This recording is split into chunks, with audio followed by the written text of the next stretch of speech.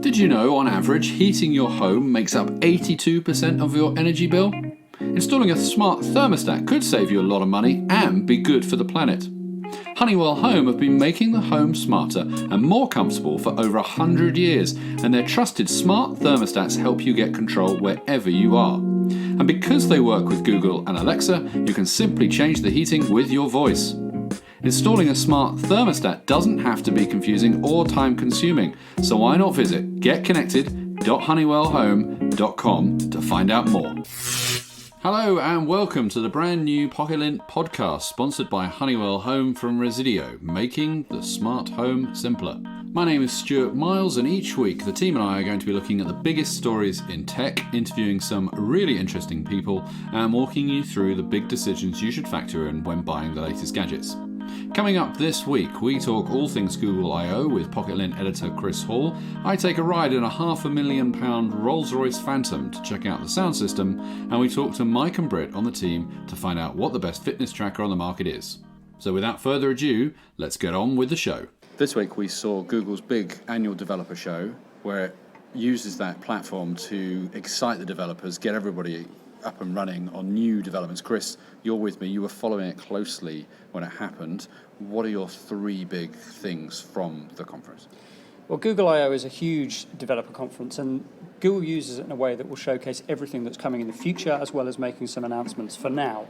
The biggest thing that really came out of it is something that people aren't really talking about, which is the natural language processing system that they use. And you'll have encountered that. It's what drives Google Assistant, and it's what leads into and facilitates a lot of other services that Google offers. Now, the big news here is that they have managed to reduce the amount of data needed for that service down from 100 gigabytes to half a gigabyte. What does that mean? It means that you don't have to send all of your information to the cloud and then get your results back. You can host everything on the device. Now, this is hugely significant because it means that Google Assistant would be able to run on your phone without a data connection. It would mean that it was much more immediate. It means there's no data demand. It means that there is much increased privacy because you're not sending anything to the cloud and storing it there. I presume that would also mean increased speed in the ability to return the results or act on your behalf if you've asked it for something. Exactly. The demonstration that they gave was just a seamless questioning of the phone, setting up a whole range of tasks, getting it to do all of these things. Send mum a text message to ask what time we're coming for dinner, turn on the lights at the back, how much fuel do I have in my car. All of this is a continuous conversation. Now, that sounds exciting. Is that coming to everybody straight away, or is this a pie-in-the-sky idea that we're going to have to wait 15 years for? Well, the best thing about it is that Google has already said that it's going to be coming to Pixel devices first or later this year. So I imagine that's going to be on the Pixel 4. And Google have been very good in the past at launching it on a new device and then suddenly granting access to this to other people. So there's a high probability that this will appear for all Google Assistant users at some point in the future. Now let's talk about those future users. They also talked about Android Q. Are there any major developments there? That's right. Android Q is heavily into its development process, and it's available as a beta. And this is really for developers to prepare their apps and services ready for the new factors that are going to come into the new platform. But everybody can get access to it if they have the right phone. One of the big announcements from Google I/O was that they are expanding it from just the Pixel devices to 21 devices in total from 13 different manufacturers. So OnePlus is on the list, Xiaomi is on the list, Huawei is on the list, Sony is on the list. Does that mean I should have a Play, or is it going to completely destroy my phone if I install this? Well, the important thing to know about it is that it is unreleased software. It's for developers to develop their apps and services, and there are parts of it that don't function, and there will be parts in there that don't make it into the final release, as well as a lot of functions that are being reserved for the final release of the software. So it's stable enough for you to use day to day, but it's probably not going to give you a premium experience like the current release of Pi. Now, I saw also within that announcement of Android Q, there was something about dark theme, dark mode. There seems to be a general trend of that. Is that something we should be excited about, or is it whatever? It's a bit of a whatever. People are talking about dark mode. Apple's added it on the Mac, and it's come to a lot of different apps. You've been able to get it on Android in various different forms. For example, you could set a dark wallpaper on your Pixel, and that would then push out a dark theme in some areas of the phone. This is going to be more of a sort of toggle option. You can go along, press the button, and everything goes dark. Now, We've seen, so we've got natural processing, language processing. We've got Android Q coming to a number of devices, hopefully later this year, fall, as the Americans like to say. That's right, yeah. New hardware? There's new hardware too, and there's a whole load of new hardware. And it's very interesting what Google are doing, because they announced 2 new phones, the Pixel 3a and the Pixel 3a XL, which essentially brings in these Pixel devices at a lower price point. And we're talking from £399, $399 for their new phone. The big selling point about this phone is that it has basically exactly the same camera technology as the full-scale Pixels. And this is a highly rated camera that people have been raving about for a long time. It uses a lot of AI to smooth out a lot of problems, to make sure that you get good photos day or night. It's excellent with portraits, and it can produce some very good zoom. The real question, though, is this phone offering you enough compared to some of the cheaper devices that are coming out of China? For example, things like the Mi 9. If you take that phone, you have a lot more power, you have a lot more functionality, and let's be honest, you get a better design too. So it's interesting that Google are releasing the devices now, and it's perhaps telling that they haven't sold as many full-size Pixels as they wanted to, and they realise they need to offer it at a lower price. I was going to say, do you think this is about lowering the barrier to entry for a Google-specific product, or do you think it's that they've realised that they've not sold enough Pixel 3s, and therefore they've got to try and do something, and therefore it's like, well, we'll just make it cheaper and that will work? I think it is the latter being dressed up as the former. So I think that they have said, we haven't sold very many phones, let's say that they're going to be more accessible by introducing them at a lower price point. But if you rewind all the way back to October last year when the Pixels were announced, it was 2 weeks after that the prototype for the Pixel 3a first leaked. So that tells us that it was well in development at that time. Do you think it was something that probably came out of the HTC buyout? That it was could be a HTC device that they've just rebadged and thought might as well use this? Potentially, or it may be they just didn't know exactly where to position these phones. There's a lot of talk about trying to appeal to some of the sort of developing markets where people don't have as much money to spend on phones, but those are the areas where these Chinese brands are exceptionally strong. Now, it wasn't just phones. There was a Nest, Google, Hub, Max, Pro, Mega, whatever? Exactly, yes. Google acquired Nest a few years ago, and they are now merging those two lines, and they have released a new Home Hub, except now they're calling it a Nest Hub. And they're calling it the Nest Hub Max because they're increasing the size from the original Google Home Hub that they launched last year. It'll now be a 10-inch display rather like the Amazon Echo Show. But the Nest side of it really comes in because they're integrating a camera into the front. And, surprise, surprise, it has full Nest functionality, which means that it can watch over your home, it can alert you to intruders, it can do all of that stuff that Nest will do built into this display device. Cool, thank you very much. Still to come, we check out the best fitness trackers on the market. Definitely accuracy of the tracking itself. Battery life is quite important. Cost is quite a big deal with a lot of them, and the platform that they tie into on your phone is something I definitely consider looking at properly before you buy one. This week I stepped out of the office to visit Rolls Royce's project manager Dave Monks at the company's UK factory based in the Sussex countryside. Rolls Royce has been making cars at its state-of-the-art factory in Goodwood since 2003, and as you might imagine, everything is custom built and everything is bespoke to how you want it. Whether that's choosing paint that features 1,000 crushed diamonds to give it an extra sparkle, or ensuring the light pattern on the roof is an exact replica of the night sky on a certain date, the company has you covered. To showcase just how quiet the Phantom is even though it has a 6.5 V12 engine under the hood, we jumped in the back and went for a ride. I ensure that the vehicle that we engineer is appropriate for our customer. So I filter through all of the systems, all of the electronics, the drivetrain, the chassis systems, and ensure that we're building a true Rolls Royce that delivers what we expect our customers want to receive. Now, one of the things we've come down to talk to you about today is this sort of sense of you've created this bespoke sound system. I've been listening to it on the way down in this Phantom. It sounds incredible. How do you go about creating that? Unlike most automotive audio systems, we had to start right at the beginning, right at the fundamental stage of the vehicle development. So from the very first development of our aluminium space frame architecture, we had to consider the impact of the acoustic properties of the materials we use, the acoustic properties of the interior of the vehicle. And so we really factor these things in right from the beginning of the development rather than tagging it onto the car later on. And so does that change everything from, does that even go down to the glass that you use in the car, or is that Yes, absolutely. is it just sort of thinking, oh, we'll just put an extra bit of padding here or there? No, not at all. So we try to avoid those sticking plaster patches to make a car sound better. So we have to engineer the car to be supremely quiet and of a very high acoustic performance from the very fundamental get-go. So from the choice of material we built the chassis from, so the car's built from an aluminium structure. Aluminium has a very, very favourable acoustic impedance.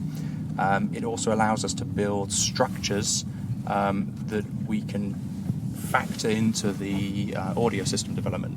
So, for example, the sill sections on the car are the tuned air cavities for the subwoofers. The speaker system is actually connected to the sill of the car.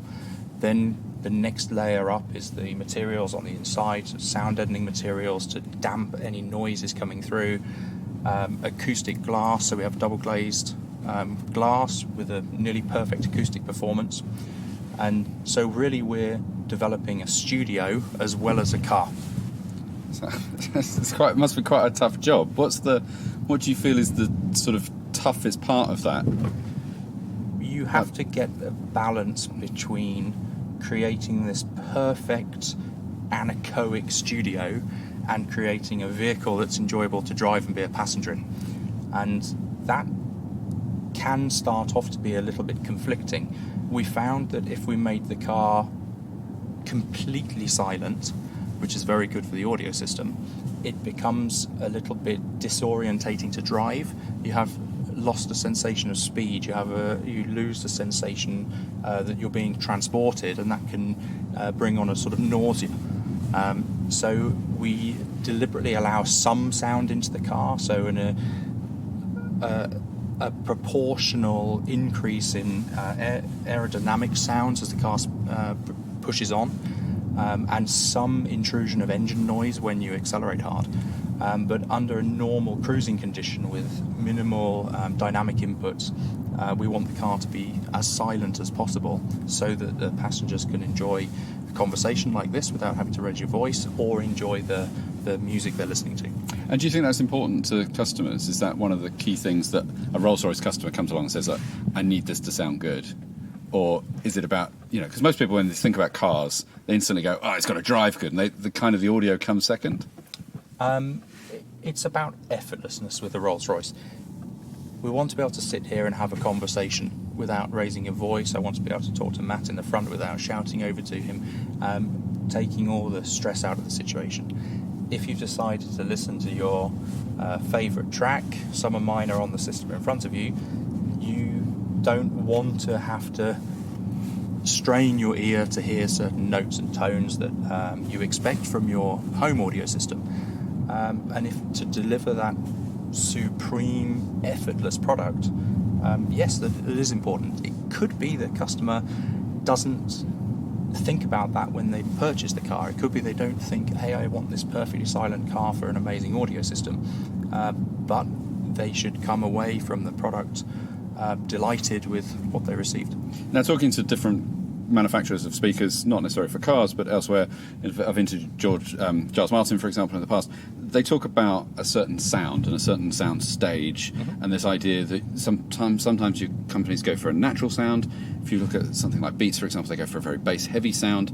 Is there a sort of a makeup that you've tried to create, or have you gone for sort of a natural approach? Or we wanted the different tracks we listened to sound how you expected them to sound in their native environment. So on the track list I showed you, we have a lot of very heavy rock music, which I would listen to in a live concert environment. You want the sound to be full of energy and coming from a stage that's directly in front of you because you're looking at the band playing, not from the footwells of the car. So we want the sound to be high up in the car, you're looking up at a stage.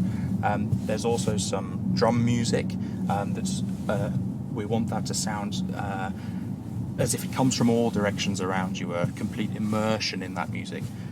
So We haven't made a particularly fussy system. We don't want it that the customer can configure 1,000 different ways of listening. Of course, do some very scientific measurements, frequency responses, and we're sweeping different frequencies up and down the speakers, and we're scientifically interested in how the vehicle performs and if there's any absence of a frequency or any additional frequency from a resonance in a panel or something. Of course we do those things, but what was much more important to me and my colleague at the end of the day was that the music we wanted to listen to in the car, and we have completely different tastes, was both satisfied, and that the sound was correct for what we wanted. We wanted to just make one setting so that the system was correct for everyone, and we couldn't settle on one setting that crossed every kind of music that we could conceive, and so we settled on two settings, a studio mode and an expanded mode. And the studio mode produces a very powerful soundstage that's high up in the car and directly in front of you, and is fantastic for listening to rock music or acoustic music that you would normally see played live, with the artist on stage in front of you. And the expanded mode with a all submersive sound coming from every direction, like you might hear in a club or in a concert hall, something like that. Right, and so what kind of tracks have you put on your list? Have you got like a top 10 that you kind of, the go-to list that you want to try things? Yeah, I mean, I tend to use about 15 different albums, and my colleague is using a similar number. We whittled that down to a list of maybe 25 or 30 tracks that we listen to a lot and become very familiar with every note and every tone and every vocal in those particular tracks. So when we're comparing one setting to another, we can make a direct comparison because we can so readily recall how it sounded previously. And those tracks range from acoustic rock music to very heavy thrash metal, drum solos, some classical music, there's some really nice indie music. There's a whole different selection of things there. And so if I was sitting in my car at home, not necessarily a Rolls Royce Phantom, although it'd be nice if it was, what's the key track that you think that you should listen to? Go, download it, put it onto a phone or what have you, play it in your car just to see either how good or how bad your sound system is in your car. What's a really good one? You're not allowed to judge me. I would listen to Sad But True by Metallica on very high volume. It's a very high energy track with a lot of bass and a lot of treble and a really crisp, aggressive vocal. That track is recorded at a very high quality as well, and if you turn that track right up loud, that really sorts a good hi-fi from a great hi-fi. Okay, I'm going to definitely try that when we finish this interview. So a lot of other car manufacturers have turned to high-end home audio brands, thinking like Lin and Name, Bowers & Wilkins. Obviously the temptation here wasn't to do that, it was to build it yourself. Why is that? We have an extremely demanding customer expectation to fulfill, and if we do a system development like that ourselves, we can ensure that we pick and choose the absolute best components for each application. So for example, we have magnesium ceramic cones on our mid-range speakers, and we have subwoofers that are integrated into the chassis sections like I discussed before. We have exciter cones, so it's a coneless speaker built into the headliner to pull the whole soundstage up in the car. And if we are free to develop each component of the system as we want to develop it, regardless of who's supplying individual components, we can deliver the ultimate system. So can you walk us through the system? We have a 1300 watt amplifier with 18 channels driving 18 individual speakers. 2 of those are subwoofers in the floor, 2 are exciter speakers in the headliner which act to lift the soundstage up in the car, and the remaining channels are split between the mid-ranges and the tweeters, which are dotted around on the doors and the parcel shelf, as you can see. Obviously there's lots of electric cars out there at the moment, and they all profess to be quieter. I drive an electric car, it feels considerably quieter. Rolls-Royce has a massive V12 engine in the front here. Would it be easier if this, for you, from a sound engineer's point of view, if the Rolls was electric? Yes, I mean, to some extent reducing the ambient noises is obviously a benefit for us, but the V12 here is very, very well acoustically isolated. It's extremely quiet. I suspect the Phantom is quieter than a lot of other electric cars out there. What's more important for us is isolating rolling noise from the tyres and aeroacoustic noises as air passes over the outer surface of the car. We do that in two ways. We can either prevent a sound at source, so we never generate the sound, or we isolate the sound with acoustic insulations and dampings. I prefer it when we eliminate the sound at source. On the Phantom, we do that in two ways. The rolling noise we isolate with a very high acoustically performing tyre that's developed specifically for the Phantom. We have a run-flat technology that uses a self-sealing gel rather than a stiff sidewall, which means that we don't transmit rolling noises from the road surface back into the car. And inside the tyre we have a foam insulation which damps the sound at source, so we generate a very, very low rolling noise. We also have 6mm thick acoustic glazing, and we develop the vehicle aerodynamically to reduce airflow noises over the surface of the car. So we remove these outside noises, which of course makes it easier to develop a system that performs well when we don't have to fight with competing frequencies. Welcome to the part of the show where we discuss the best bits of kit we reviewed recently in any given area. This week we're looking at fitness trackers, and to walk you through the minefield of choices between your Fitbits and your Garmins, I'm joined by Pocket-lint Features Editor Britta O'Boyle. Hello. And Pocket-lint Reviews Editor Mike Lowe. Hello. The plan is that by the end of this recording, if you're looking to get a fitness tracker, you'll know exactly what you need to get. Britt, let's start with you. Can you give us a quick overview of what we should be looking for in a fitness tracker? Definitely accuracy of the tracking itself. Battery life is quite important. Cost is quite a big deal with a lot of them, and the platform that they tie into on your phone is something I definitely consider looking at properly before you buy one. We were talking before about how these days a lot of phones kind of do, tracking of the most basic things. So at what point is it best to kind of come in to get a fitness tracker? Do people actually need one if they just want to track their steps, or what is it that you're paying for effectively? A phone will only track your activity if you physically have it on you all of the time. It also won't be as accurate as a wrist-based monitor. So the answer to that question would probably be whether or not how much data you want and how accurate you want the data to be, as to whether you need one or not. If you are looking to track the slightly more advanced activities, so running, cycling, HIIT sessions, any of that kind of thing, then you would need a physical device that would enable you to do that, preferably with heart rate tracking on it, because without that you don't get the same level of... So not everything has a heart rate tracker, and No. Do you think that's the key feature that these offer? I think it's the key feature that is certainly worth buying, paying the extra money for. Mm-hmm. So there's a lot of different features that will come. You might get connected GPS over built-in GPS at the sort of lower end of the market, but heart rate is something that I don't... The more basic ones aren't... They don't give you as much. They don't give you as much for your money. So you can pay £20 more and get heart rate tracking, then you'd get more advanced sleep data, you'd get better tracking when it comes to HIIT sessions or running or anything like that, because it will be able to monitor what you're actually doing as opposed to guessing. I'm seeing a lot of Apple Watches on wrists and those kind of devices increasingly.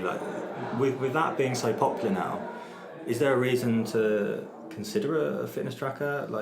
Is it for just a certain set of people, or could you have both? Would that make any sense? You could have both if you were prepared to wear one on each arm. Couldn't really have them on the same arm.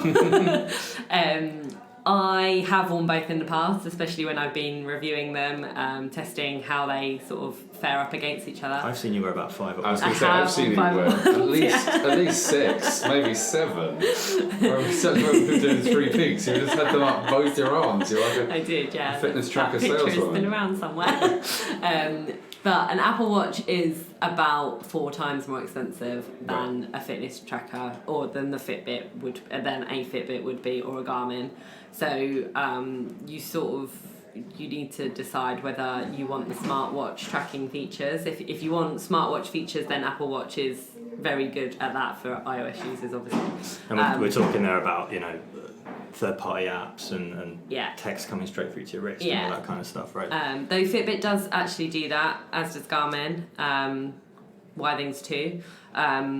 But Fitbit will only do that if you allow it to, which Apple Watch is similar in that it only will put through what you want to put through, but the notifications that you won't get sort of payment, you can't pay with a Fitbit unless you've got one of the higher end devices, so the Ionic or the Versa range. I keep bringing up Apple, and I should probably actually focus on the other devices that are out there, because what are kind of the major players in fitness tracking market, and which of those is preferable and why? So Fitbit is probably the one that most people would have heard of if they were looking for a fitness tracker, or if you're in the market for one.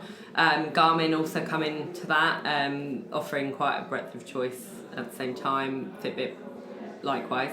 Withings, they sort of do like an analog watch that has activity, like a small digital screen that then allows for activity tracking at the same time. So it kind of does a bit of a bridge. It's a bit of a bridging device, or they are bridging devices, as opposed to the sort of classic bands that you might associate a fitness tracker with. And so, bearing that in mind, so we've got the Fitbits, we've got the Garmins, we've got the Withings, however you say it. We've got those. What is, in your mind, cash no object, I'm ready to get into the exciting world of fitness trackers, what do I go and buy, Britta? I would say the Fitbit Charge 3 is probably the best one on the market, mainly for its features. It's got a lot going for it. It's got ties into the Fitbit platform, which is easily, most definitely, the most usable out of the 3. It has waterproofing, which is great.